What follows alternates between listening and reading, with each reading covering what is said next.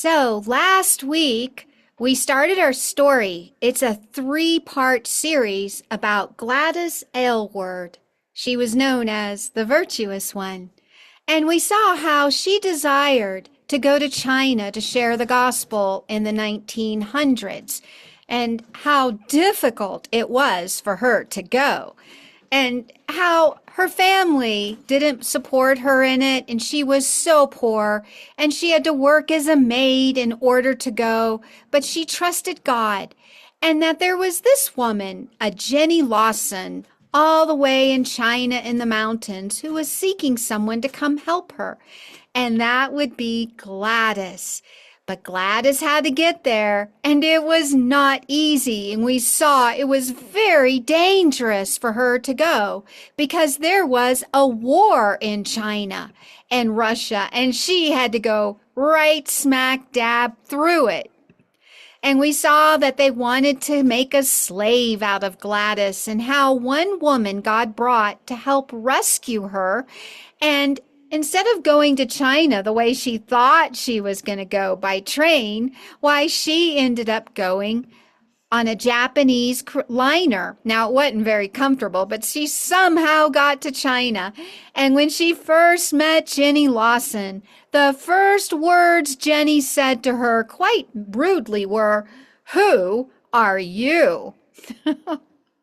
Because our missionary here, little Gladys Aylward, she was less than 5 feet tall, and she was very mouse-like and very timid. So she wasn't what Jenny Lawson was expecting. She was wanting a rugged woman to come and help her. Well, the pictures that AI gave us for our story show Gladys Aylward as being very tall and very strong, but she was not at all like that. She was a very tiny, mouse-like little woman. So now we'll begin her story. Where we left off with Gladys, she finally arrived in the mountain town called Lanchao, and it was in China, and it was around 1930. She had just met Jenny Lawson very shortly after, and Jenny was a widowed missionary in China. And she was from Scotland, which was very similar to England, except Jenny was a very rude woman. But Jenny very much sought to share the gospel. And Jenny was the only Christian in the entire mountainous province. And she was the only one who spoke English. And China was so very different than England. So Gladys, shortly after arriving, went into the Chinese village. And it is very much like we're seeing in this picture. It was very rough and mountainous.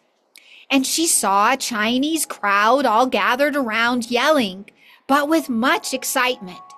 And she saw a bound Chinese man standing before a Chinese official. He was actually on his knees. And what AI's not showing is there was a soldier with a giant sword in his hand. Well, before she knew what was going to happen, the man was executed on the spot. And oh, poor Gladys, she was horrified. She had never seen anything like this. Why, no one would do such a thing back in England. Why, if someone committed a crime, they were just sent to jail. But not in China. If you committed a crime, you were generally executed on the spot.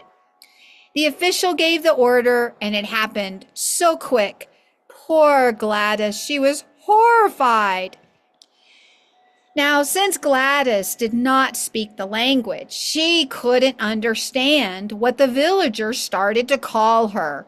She did stand out. She was an Englishwoman, and when missionaries were sent to China, why, they were sent as English missionaries, and they dressed like the English, and they stood out like a sore thumb.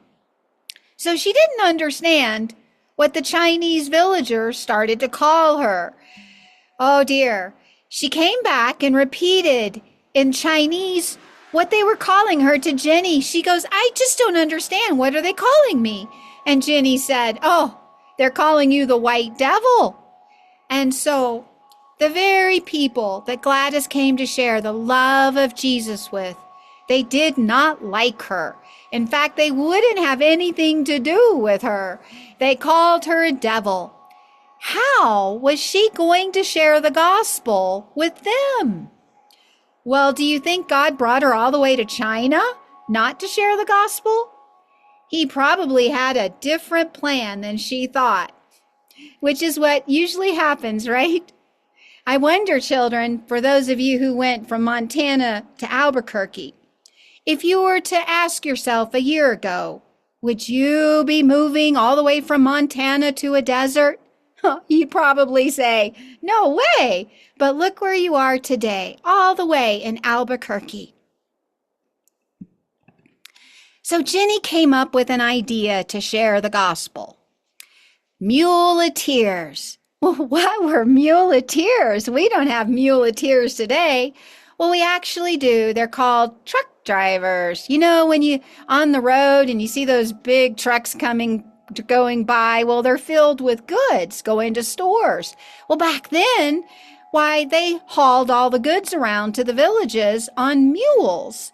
And the mules had to come into an inn somewhere and rest and get water and food. And the drivers of the mules, called the muleteers, why, they had to eat and they had to sleep. And so Jenny came up with an idea. They were going to become an inn for the muleteers. Now, the muleteers, they wanted to be fed and they wanted to sleep and they wanted something else. And do you know what that something else was? Well, all the way back then, they didn't watch TV. They didn't play on a cell phone. They told stories around a fire at night. And that's what they wanted to hear.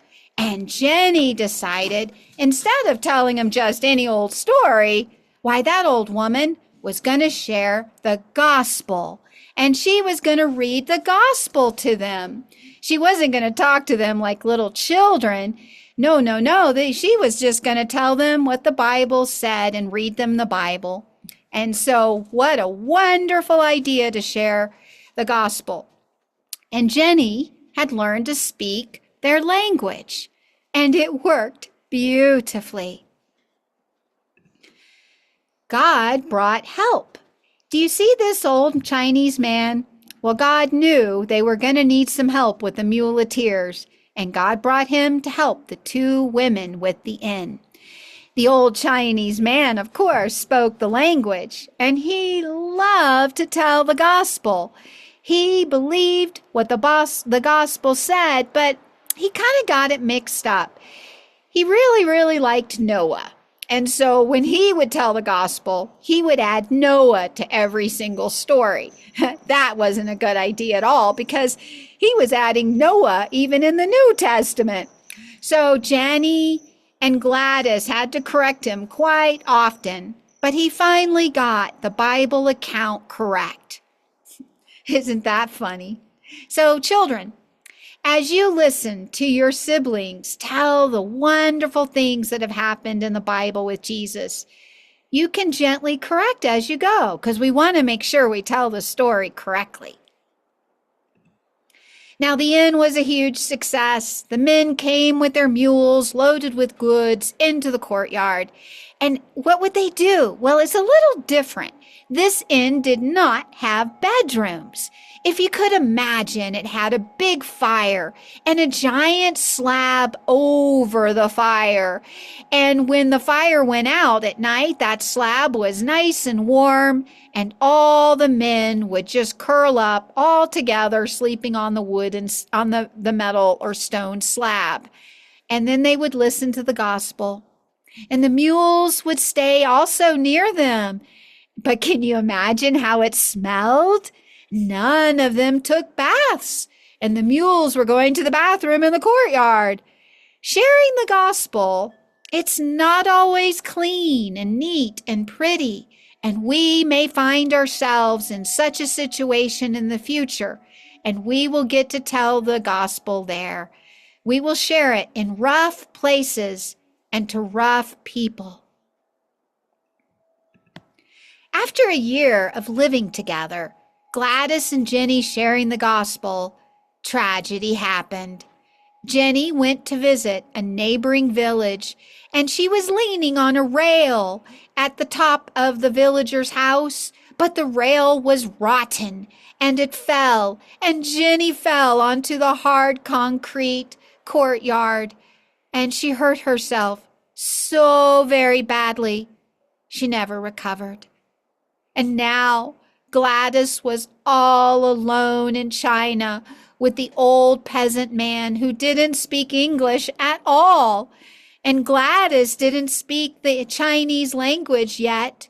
Remember, she failed in school to learn. She was a very slow learner. Can you imagine? God sent a slow learner all the way to China, and she still hadn't learned to speak Chinese, and yet we're going to see that God would use her mightily. And this is a powerful lesson for all of us, that we may not be very skilled or educated or good or think we have the qualifications to do a job that God is sending us to do. But we're going to see that God does all the work, and he works through the frailest of us. He'll even work through you, children, even at your young age, if you will let him.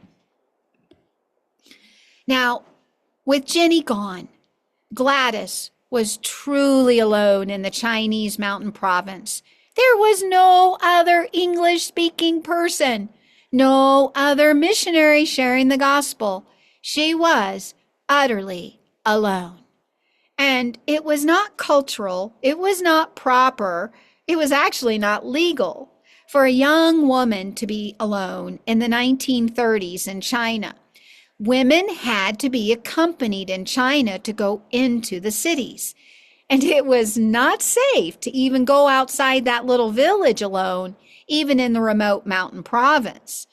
And that was why God brought that old Chinese peasant man to help, even though he did not speak English. However, Gladys had no money. Jenny had all the money. Jenny had a missionary pension, and Jenny was gone. It would have been very smart for her to return to England or to go to the city to live with all the proper English missionaries. But she prayed to God, and two thoughts came to her. The first one, God does not bring her people all the way to China through hardships like Russia and in China to return her to England because it was uncomfortable. Where was that in the Bible? And two, she had learned a little of the language to get by, but it would not work in any other area but that mountain province village God had brought her. She said, God is a God of common sense and of love. So she decided to trust God and stay, to believe that he had brought her all the way there and he would still use her in that little mountain village. And she would wait for God to show her how and when. She wouldn't have to wait very long. One day, Gladys went into the village alone. A woman came up to her offering her a bundle, saying, "Give me what you will for it." Gladys had so little money, but she saw the baby. She saw the bundle was a baby. The peasant woman was selling her baby, and with no remorse or sorrow to do so, and she was demanding Gladys buy her. And this was very common in China. Gladys offered her all she had to save that little baby. 9 pence. The peasant woman took it. What do you think Gladys would call this little baby girl? Why, she called her 9 pence. She became the first child Gladys would adopt as her very own. Doesn't this remind you of the story in Nigeria about Mary Slessor? Now the times were changing. War with Japan was brewing, and with war comes orphans. God started bringing some children into Gladys's care. Gladys had so little money, and she also had so little food. One day there was a little boy who wanted to come in. Gladys told ninepence and the old Chinese man, why, if we ate less, we could take that little boy in. So they decided to eat less to help another child. What do you think she called that little boy? She called him Les and adopted him as her own. Oh, what true Christian love.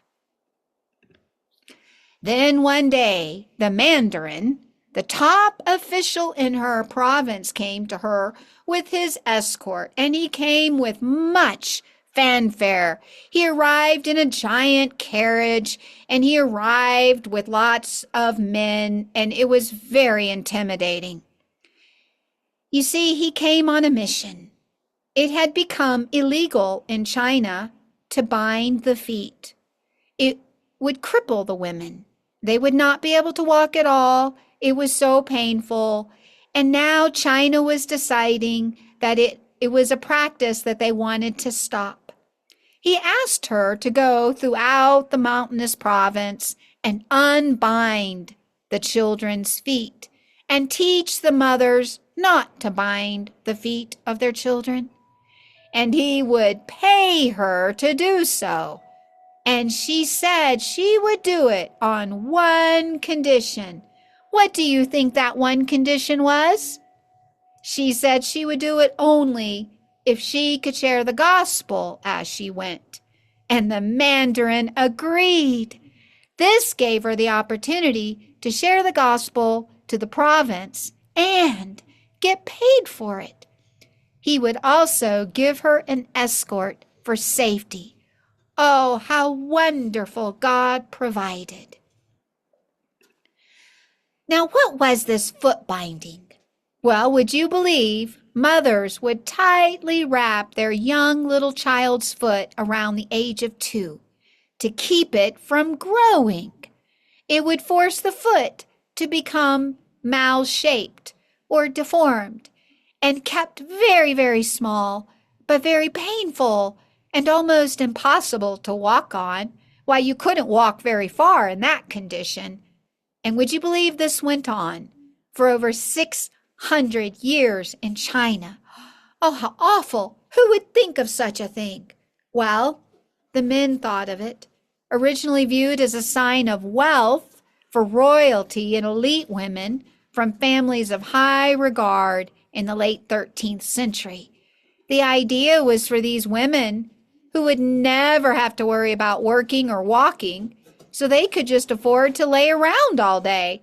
Now, don't get any ideas, little children. This is not good at all. All they were required to do was to look pretty. Furthermore, the brutal beauty regime was revered as a sign of beauty, even though it crippled with debilitating effects. We see these peasant girls. It wasn't just the wealthy. If you look really closely, you're going to see their feet are bound, and they're very, very tiny. Now, what happened with this terrible tradition? Families with marriageable daughters, foot size translated into its own form of currency. That means money, and a means of achieving upward mobility. The most desirable brides possessed a 3-inch foot. Now that is not very big, and they called it the Golden Lotus. It was respectable if you had a 4-inch foot, but you were considered to have a silver lotus. And 5-foot, little 5-inch feet, they were called iron lotuses. The marriage prospects for such a girl were dim indeed. Now, if you look at your own feet, I bet they're larger than 3 inches. And they should be. So aren't you glad you didn't live in China in the 13th century? So Gladys got the job, and she went sharing the gospel. But she did not get the job because she spoke the language or knew the culture, because she did not. Each village had a different language, and the Chinese did not like or trust foreigners. She did not get the job because she was smart or important, because she was not. The Mandarin had never hired an English person to work for him. She got the job simply because she was a woman and the size of her big feet. The mothers, the Chinese mothers, would never listen to a man tell them to stop the tradition, nor with small feet. They would only listen to a woman. It was a different culture than today. So she went with her Bible and she told the women, unbind your children's feet and never do it again. And because she had the official stamp of the Mandarin, the mothers could not say no. Gladys went all through the mountains of the province, sharing the health message with the gospel, setting the young girls free from a life of pain and suffering. It reminds me of another woman back in the 1800s who was given the health message with the gospel, and her name was Ellen White. And one day we will do a story about Ellen White. But to finish our story today, we want to say that Gladys went through the mountains, setting young girls free, sharing the health message with the gospel, unbinding the traditions that hurt the little girls and the women. Two things happened. Children, did you notice a change in Gladys from the photos? Well, these two changes were first, she gave up her English citizenship and became Chinese. She dressed like the Chinese. Why, she even got her Chinese citizenship. She tore up her English citizenship. She was fully Chinese. She learned to speak their language perfectly, even though she was told, remember in the beginning, she was told she would never be able to learn the Chinese language, and yet God helped her. And she looked Chinese, and she talked Chinese, and she acted Chinese, but inside her, she was truly God's woman, sharing his gospel with them. Now, this was unheard of for English missionaries, and Jenny didn't do that, but Hudson Taylor did when he went to China before her. Now, the second thing that happened is they stopped calling her the White Devil. They now called her Ai Weiwei, the virtuous one. So that's today's story on Gladys Aylward. We have one more story left. It's the most exciting of all, and I hope you'll join us next week. God bless.